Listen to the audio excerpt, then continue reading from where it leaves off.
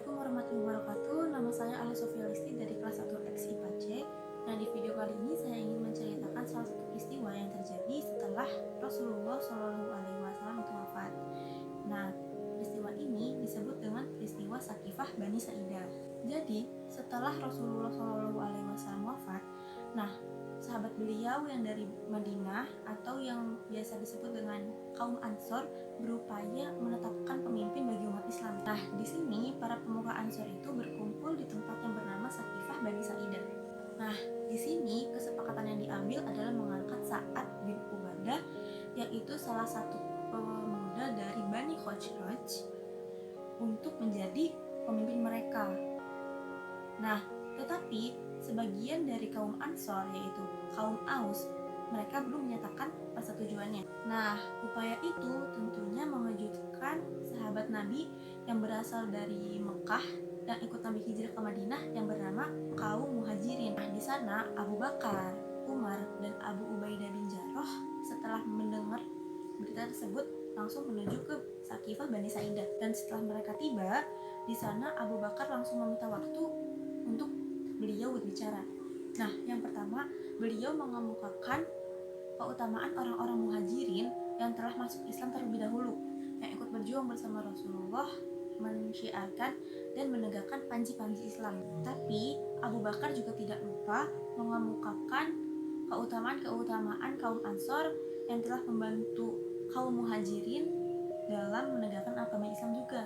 Nah, dengan demikian Abu Bakar mengemukakan pendapatnya bahwa yang paling pantas untuk memimpin umat Islam harus berasal dari kaum Muhajirin. Nah, pada mulanya solusi yang diberikan oleh Abu Bakar itu tidak diterima oleh kaum Ansor. Nah, tetapi salah satu pemuka dari kaum Ansor yang bernama Al-Habab bin Munzir justru mengemukakan solusi yang sebaliknya, yaitu pemimpinnya adalah kaum Ansor dan wakilnya adalah kaum Muhajirin. Nah, jika usul dari Al-Habab bin Munzir ini tidak dilaksanakan, beliau juga mempunyai solusi, yaitu agar masing-masing dari kaum Ansar dan kaum Muhajirin juga mengangkat pemimpin mereka masing-masing. Tetapi usul dari Al-Habab ini ditentang juga, karena jika masing-masing dari mereka itu mengangkat pemimpinnya sendiri-sendiri, maka di sini mungkin Islam akan terpecah. Lalu di situasi yang sangat tegang ini, Bashir bin Sa'ad, pemuka dari Ansor, tepatnya dari Bani Aus, mengemukakan bahwa kaum Ansor semata-mata membantu kaum Muhajirin. Mereka itu tidak mengharapkan imbalan apapun, melainkan ridho dari Allah. Karena itu, kaum Ansor tidak seharusnya berebut jabatan dengan kaum Muhajirin. Sedangkan Rasulullah juga berasal dari kaum Quraisy dan harusnya kaum Quraisy lah yang berhak untuk menggantikannya. Nah, usulan dari Bashir ini memberikan pengaruh yang besar bagi kaum Ansor sehingga mereka dapat menerima dan juga dapat memahami. Nah, di situasi yang sangat panas ini, Abu Bakar tampil ke depan lalu mencalonkan Umar dan juga Abu Ubaidah bin Jarrah sebagai calon khalifah bagi mereka. Serentak keduanya menolak usulan tersebut.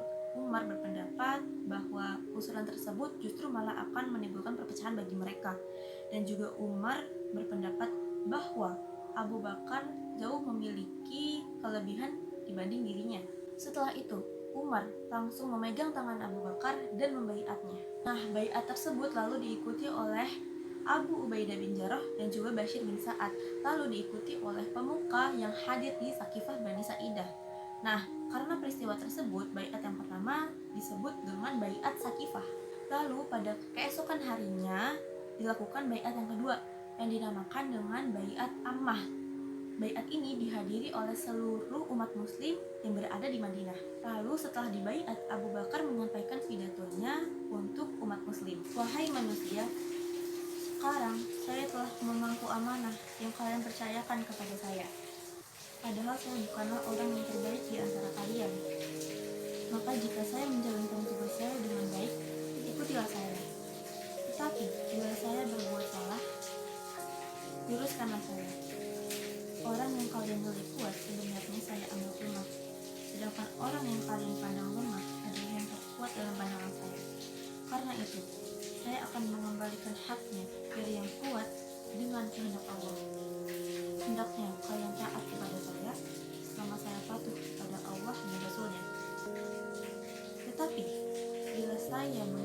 Allah dan Rasul, maka janganlah kalian taat kepada saya. Marilah kita menunaikan sholat, dan semoga Allah selalu memberikan rahmatnya kepada kalian. Demikian penjelasan materi dari saya tentang peristiwa Saqiifah Bani Sa'idah sampai diangkatnya Abu Bakar menjadi khalifah. Syukran. Wassalamualaikum warahmatullahi wabarakatuh.